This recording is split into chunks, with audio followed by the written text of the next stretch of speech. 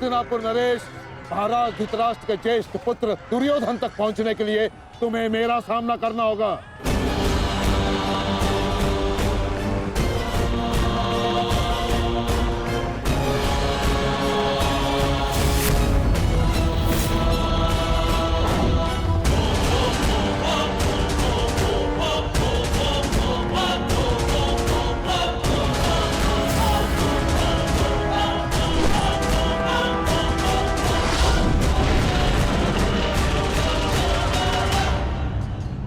अद्भुत अर्जुन, मुझे गर्व है तुम पर। माना कि भ्राता अर्जुन आपके प्रिय है, परंतु हम भी आपके शिष्य हैं गुरुदेव। अपने साथ द्वंद्व करने का अवसर हमें भी प्रदान करें। अवश्य पुत्र, परंतु स्मरण रहे एक क्षण तुम्हारे समक्ष तुम्हारे गुरु द्रोण खड़े हैं। द्वंद्व इतना सरल नहीं होगा, स्मरण रहे। हमारे गुरु ने हमें कठिन कार्यों को साधने की पूर्ण शिक्षा दी है गुरुदेव। तो सावधान नकुल।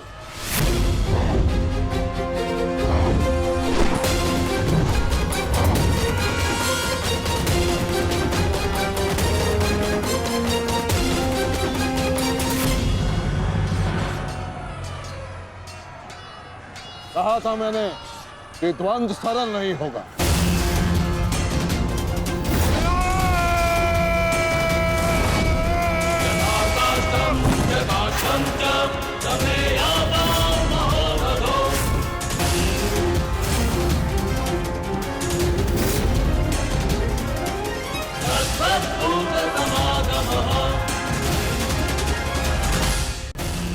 पहले मैं आपसे द्वंद्व करूंगा गुरुदेव।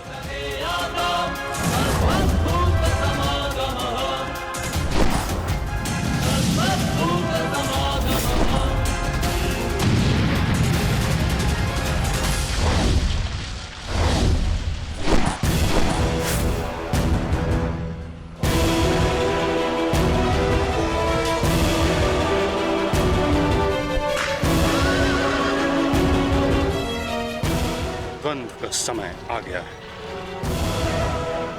हमें पूरी शक्ति के साथ उनके साथ द्वंद्व करना होगा।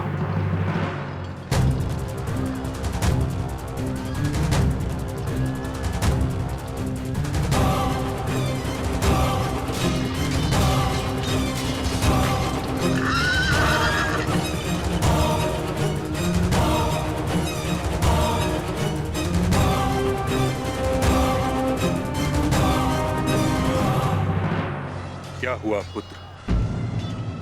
जो कर्तव्य पूर्ण करने आए हो वह करो। मेरे साथ द्वंद्व करो। रुक क्यों गए? आक्रमण करो मुझ पर। कर्म से बड़ा कोई धर्म नहीं पुत्र। पितामह ने उचित कहा, अपने कर्तव्य का पालन कर। स्मरण है ना पार्थ, ना कोई बंधु है ना कोई बंधा, ना कोई मरता है ना कोई मारता है। ये सब आत्माएं हैं।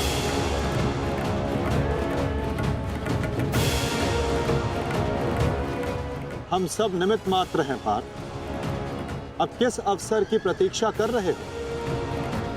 अवसर तो तुम्हारे समक्ष खड़ा है पार्थ।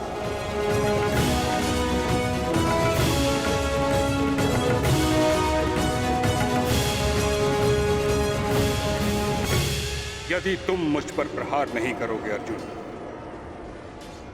तो मैं करूंगा और तुम्हें तुम्हारे कर्तव्य से अवगत कराऊंगा।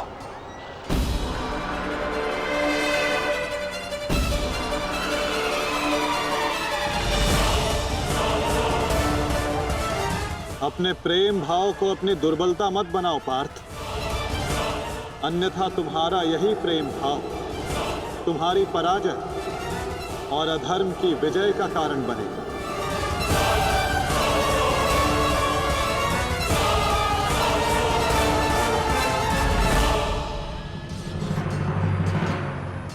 शस्त्र उठाओ पार्थ।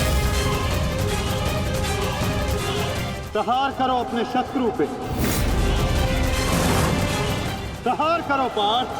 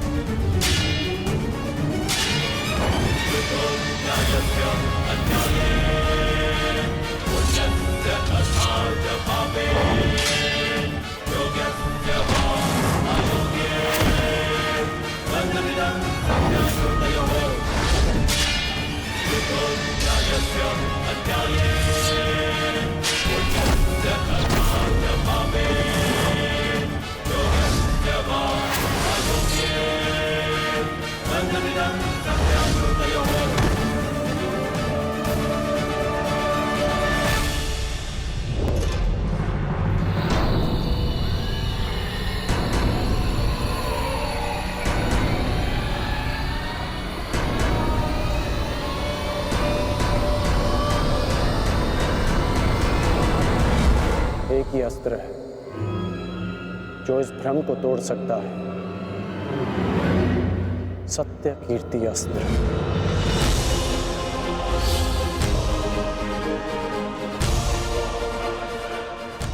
सत्य कीर्ति अस्त्र।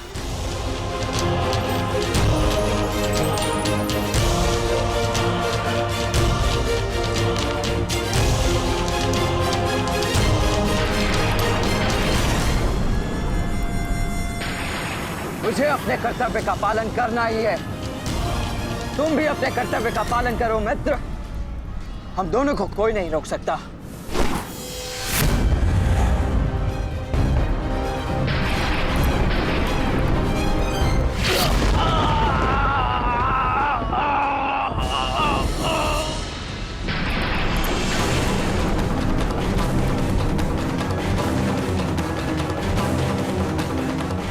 रुक जा वृषसेन, मुझे विवश मत करो। मैं केवल वो कर रहा हूं जो मेरे वश में है।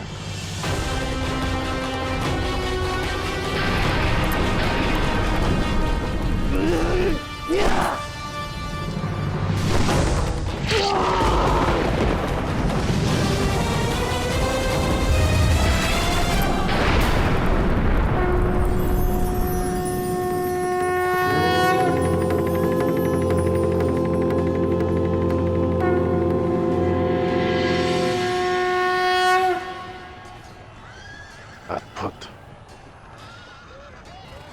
मुझे तुम पर गर्व है पुत्र।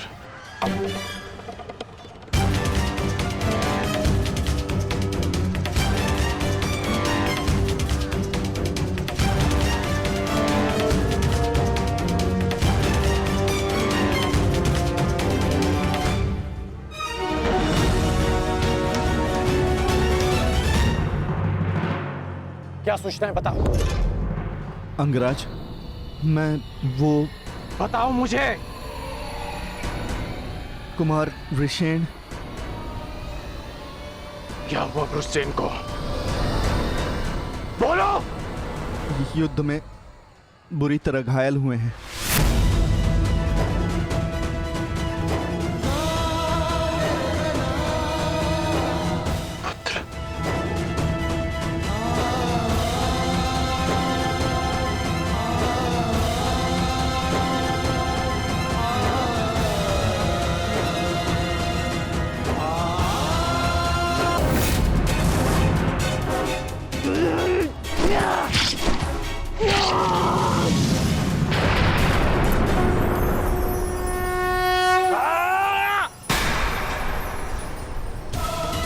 ये हमें क्या हुआ था कुमार? हम एक दूसरे पे क्यों प्रहार कर रहे थे?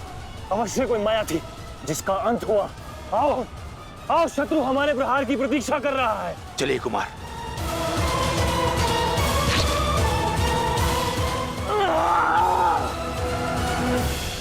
तुम्हारे कौशल और शौर्य को नमन है वृषसेन। अनुमान नहीं था कि कौरव सेना में ऐसे कुशल योद्धा से सामना होगा। सूर्यास्त में समय अभी शेष है अभिमन्यु, और हमारे तुनीरों में बाण नहीं। तो समय व्यर्थ ना करते हुए द्वंद्व आरंभ करें। तो मैं प्रस्तुत हूं योद्धा।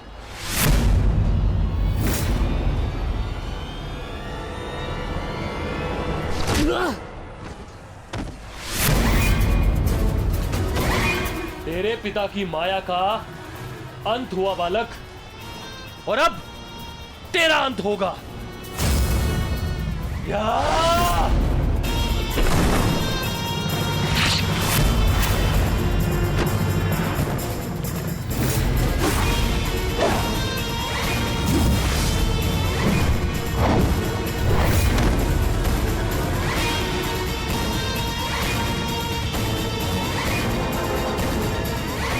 हार तब नहीं होती जब मनुष्य पराजित होता है। हार तब होती है जब वो हार मान जाता है। हार मत स्वीकारना पुत्र। इस कुरुक्षेत्र की भूमि को, इस महाभारत के युद्ध को तुम्हारी आवश्यकता है। अभी बहुत तो शेष है। उठो, अपने क्रोध को, अपने साहस को, अपने विश्वास को एकत्रित करो। उठो और युद्ध करो। उठो पुत्र, उठो पुत्र, उठो पुत्र।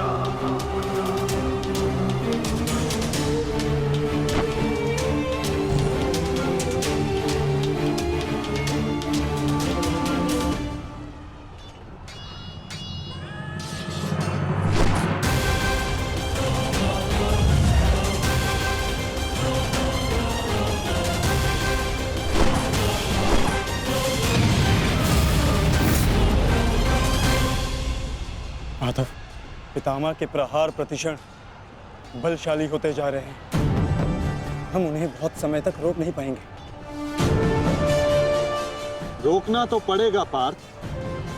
जितना समय तुम इन्हें रोकोगे उतना समय भीम को मिलेगा कि वो दुर्योधन को परास्त कर युधिष्ठिर के समक्ष आत्मसमर्पण करने को विवश कर सके।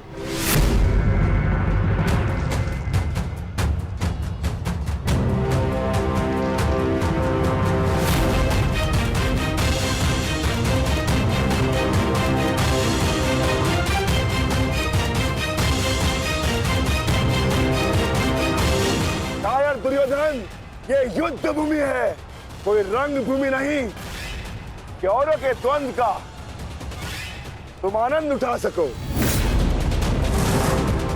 क्यों दुर्योधन, कायरों की भांति क्यों खड़े हो? आओ और आकर मुझसे युद्ध करो।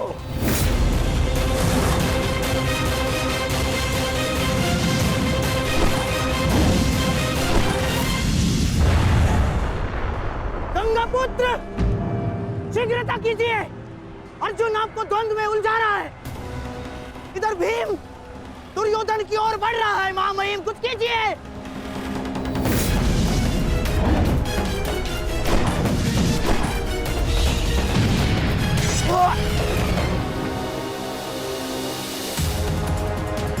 साथी,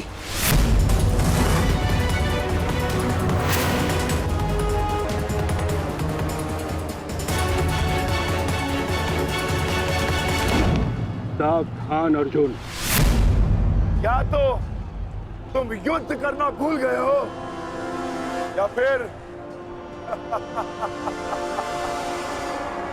तुम्हें युद्ध करने का साहस नहीं है। दुर्योधन, नहीं नहीं दुर्योधन, भीम तुम्हें उकसा रहा है। द्वंद्व में मत फंसना। उचित कहा मामाश्री। मेमनों के आखेट के लिए से आगे नहीं बढ़ते। बस होगे भीम के लिए तो मेरी कलिंग की सेना ही पर्याप्त है। कलंक के वीरों, आक्रमण करो और इसको बंदी बना लो। जाओ।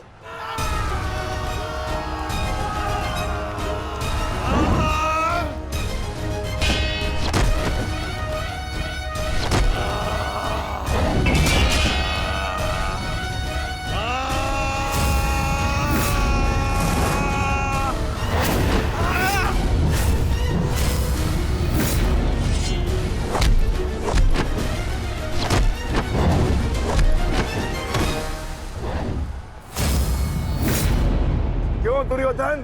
बस ये इतने से थे? अरे इनसे तो युद्ध करके मेरे हाथ पैर भी नहीं खुले।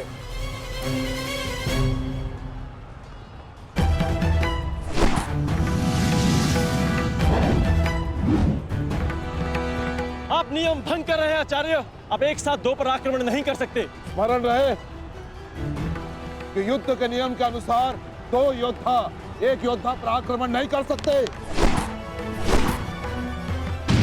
परंतु एक योद्धा दो योद्धाओं पर आक्रमण कर सकता है। सहदेव,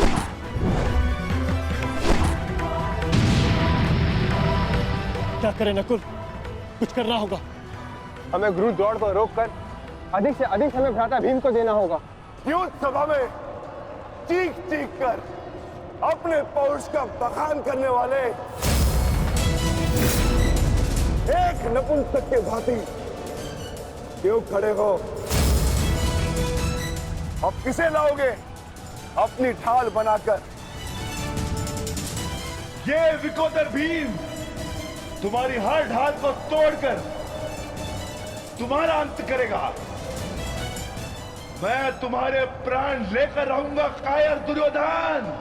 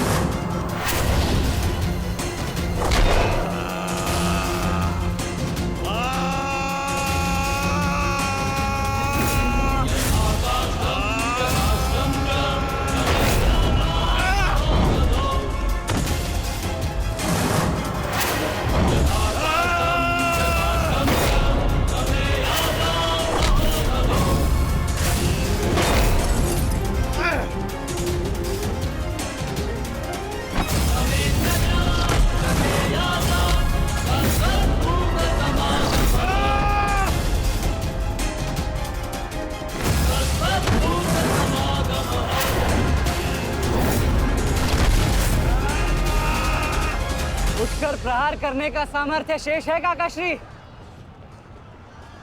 या पराजय स्वीकार करते हैं? जय और पराजय की चुनौती बराबरी के योद्धाओं को दी जाती है बालक। प्रतीत होता है कि अभी तक तुम्हें कोई समर्थ योद्धा नहीं मिला।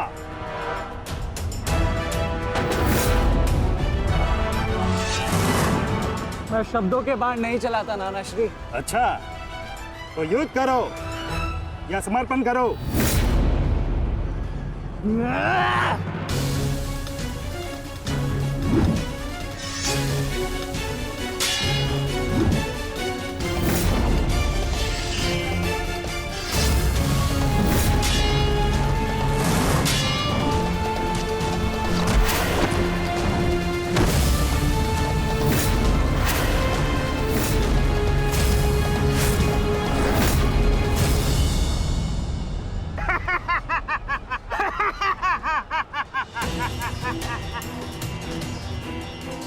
क्या हुआ, थक गए?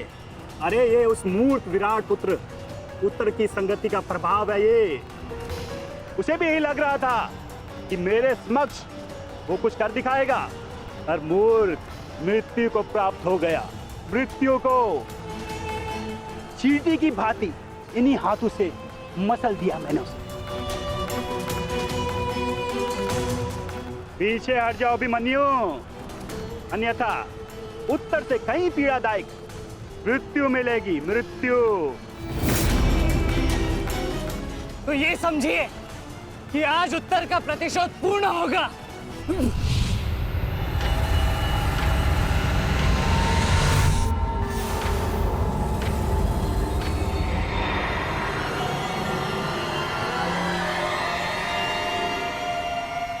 ऐसे मूर्खता कर रहे हो अभिमन्यु? मेरी शक्तियों के बारे में ज्ञात नहीं है। शत्रु का क्रोध मुझे और बलशाली बनाता है, बलशाली।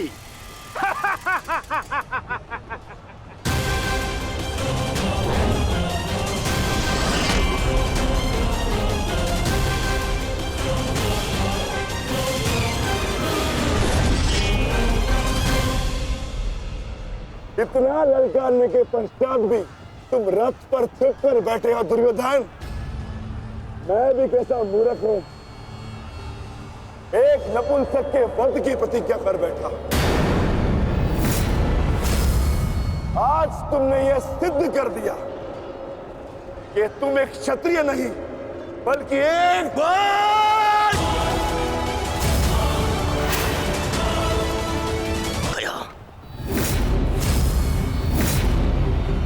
सावधान! क्रोध से भरे कुमार भीम अब युवराज दुर्योधन की ओर बढ़ रहे हैं महाराज। मेरा दुर्योधन किसी संकट में तो नहीं ना? कहीं ऐसा तो नहीं कि भीम युद्ध के दूसरे दिन ही पांडव पक्ष को जय श्री दिलवा दे?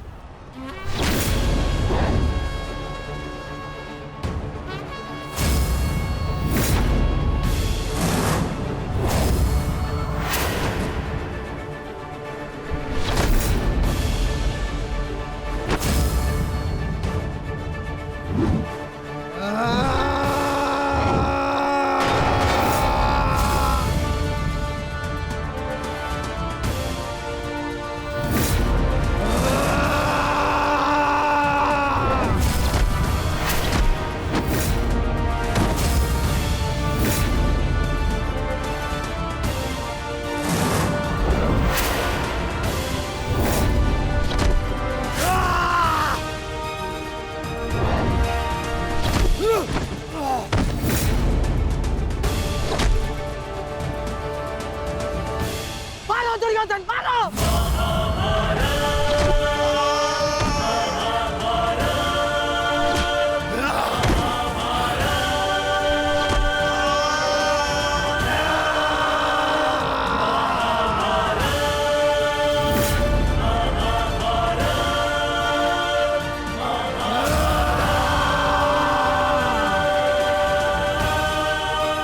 क्या हुआ गदाधारी भीम? अब दिखाओ तुम्हारा पौरुषत्व। या कहो तो हस्तिनापुर की स्त्रियों से आभूषण लाके तुम्हें पहना दूं? क्या हुआ? युद्ध बातों से नहीं, बल से जीता जाता है।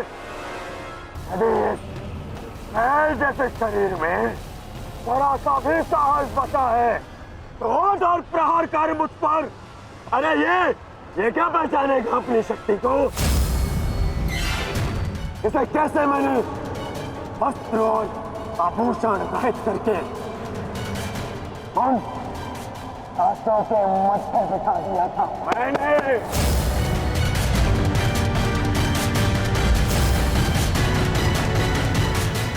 कदाचित ये भी भूल गया है कि कैसे मैंने बड़ी सभा में उस दासी द्रौपदी को उसका उचित स्थान दिखाया था।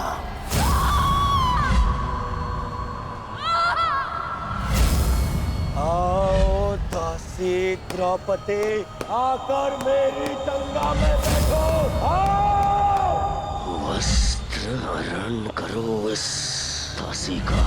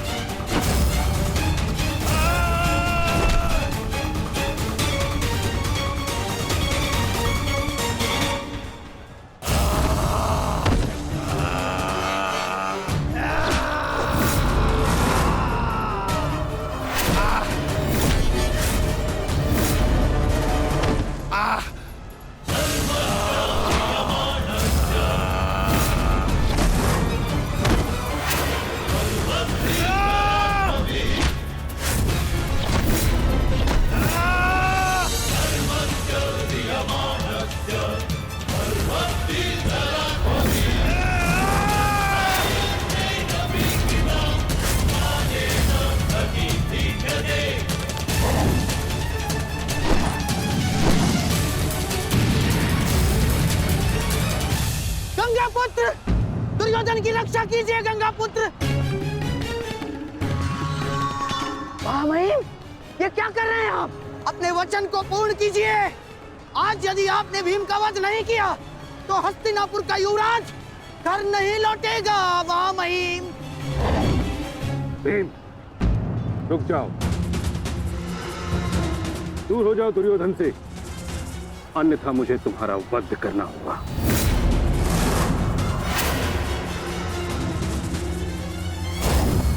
सावधान पितामह, यदि आपने भ्राता भीम पर प्रहार किया तो मुझे विवश होकर आप पर बाण संधान करना होगा। हट जाओ भीम। क्षमा चाहता हूं पितामह, आप अपना वचन पूर्ण कर रहे हैं तो मुझे भी अपनी प्रतिज्ञा का मान रखना है।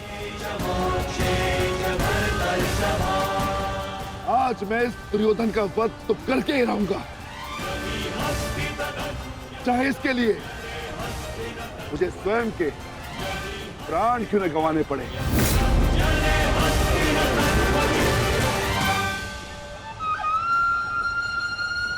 स्वयं के प्राण गंवा सकते हो भीम, परंतु क्या अपने दोनों भ्राताओं को इस आहुति में झोंक दोगे तुम? तुम्हारी इस भूल का फल नकुल और सहदेव को भुगतना होगा भीम। जरा देखो उधर।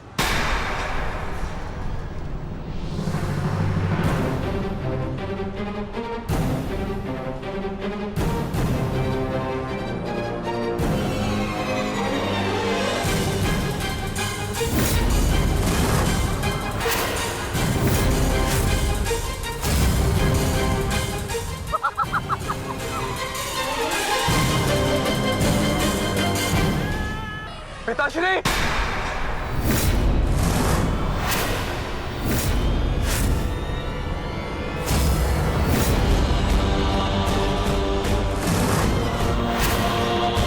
शस्त्र को नीचे करिए द्रोण, अन्यथा सदैव के लिए पुत्र से हाथ खो बैठोगे।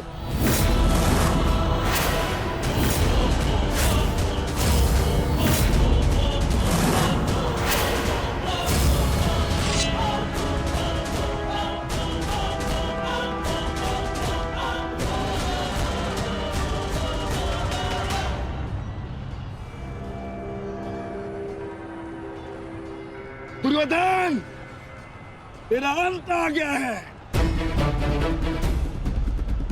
तुम्हारे पास दो विकल्प शेष है दुर्योधन। या तो देश युधिष्ठिर के समक्ष आत्मसमर्पण करो, अपनी सेना को पीछे हटने का आदेश दो, या फिर अपने प्राण यमराज को समर्पित करो।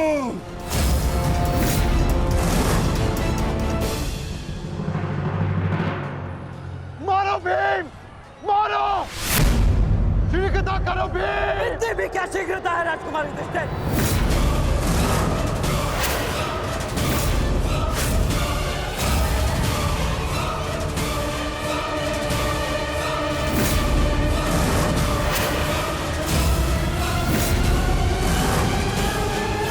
दुर्योधन, मारो भीम, मारो, शीघ्रता करो भीम। इतनी भी क्या शीघ्रता है राजकुमार युधिष्ठिर?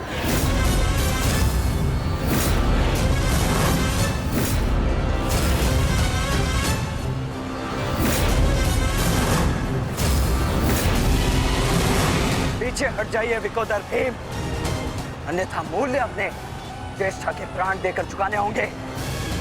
नहीं भीम, नहीं, मेरी चिंता मत करो, अपना वचन पूर्ण करो। ऐसा अवसर दोबारा नहीं मिलेगा अनुज। मत करो इस दुर्योधन का, पांचाली के अपमान का प्रतिशोध लो भीम। मारो इस दुर्योधन को। एक बार पुनः सोच लीजिए, अवसर दोबारा मिल सकता है परंतु देश के प्राण दोबारा नहीं लौटेंगे। मारो भीम, मारो।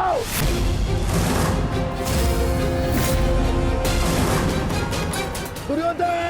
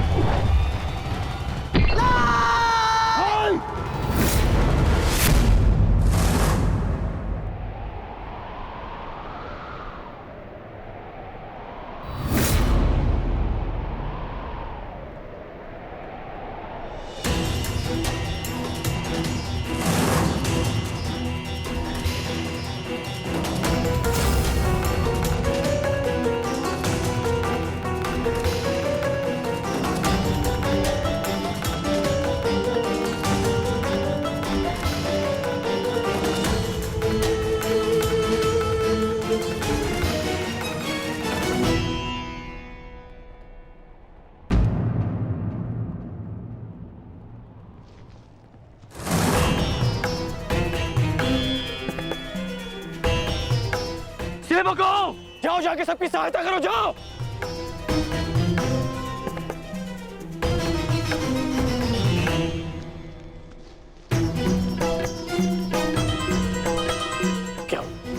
क्या हुआ?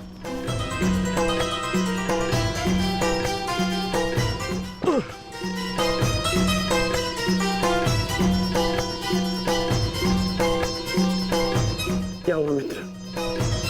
आज हम ये युद्ध हारने ही वाले थे मित्र। उस भीम ने मेरा वध कर ही दिया था, परंतु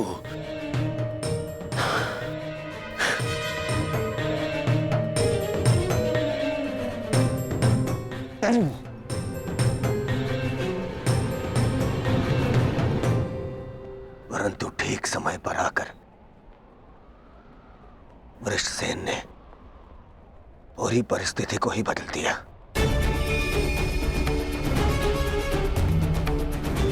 वीर वृषसेन ने आज न केवल मेरे प्राणों की रक्षा की,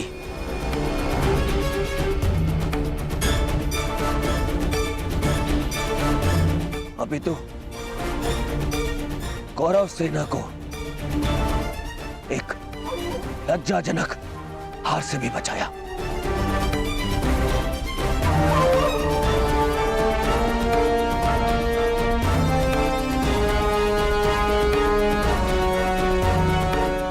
मैं गर्वित हूं तुम्हें अपनी सेना में पाकर पुत्र, गर्वित हूं मैं।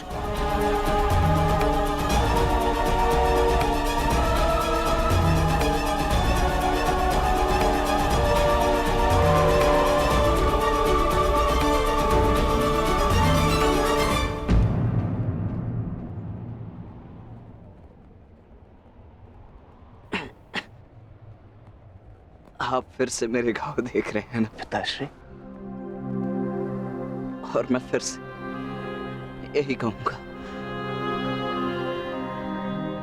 चिंता मत कीजिए। आज का युद्ध समाप्त हुआ और युद्ध भूमि में जो कुछ भी हुआ उसे भुला देना ही श्रेयस्कर है, अपितु उन बाधाओं को समझने का प्रयास करना चाहिए जो हमें विजयश्री बनने या प्राप्त करने से रोक रही है।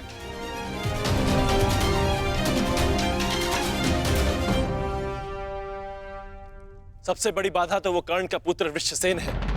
आज दूसरे दिन भी उसने दुर्योधन का अंत होने से बचा लिया। दुर्योधन के वध होने के पश्चात वृषसेन को अपने मार्ग से हटाना अति आवश्यक है। कुछ नहीं होगा आपके पुत्र को, और आपका पुत्र आपके मित्र को भी कुछ नहीं होने देगा।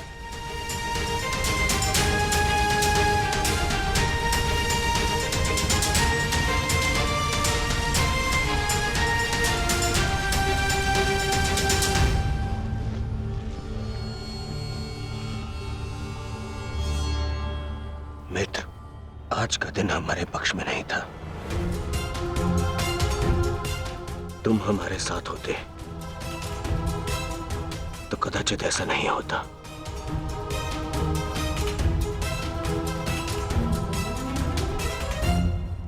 आज युद्ध भूमि में कौरव केवल धर्मराज युधिष्ठिर का वध करने का प्रयत्न करते रहे, और कल हम दुर्योधन को अपना लक्ष्य बनाएंगे।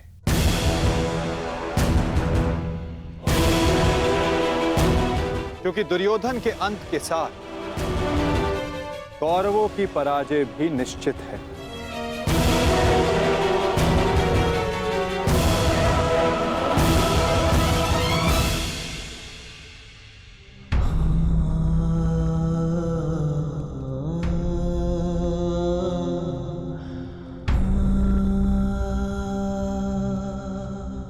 पुत्र,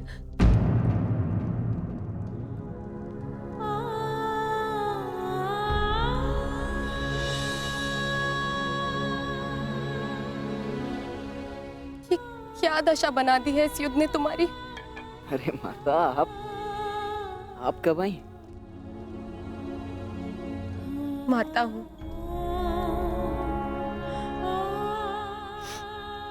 पुत्र को घाव लगता है तो माता को आभास हो ही जाता है। मेरे मन ने कहा कि मेरा पुत्र संकट में है, दौड़ी चली आई।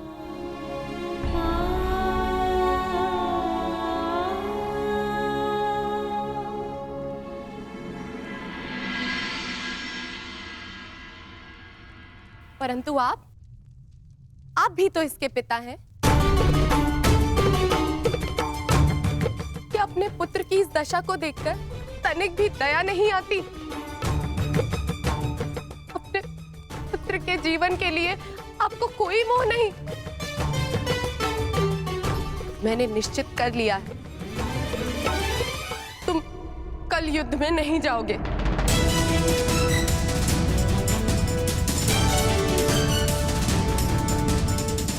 परंतु माता, मैंने कहा ना, ये मेरा अंतिम निर्णय है। पिताश्री, ये तुम्हारे अतिरिक्त कौरव सेना में और भी कुशल योद्धा है।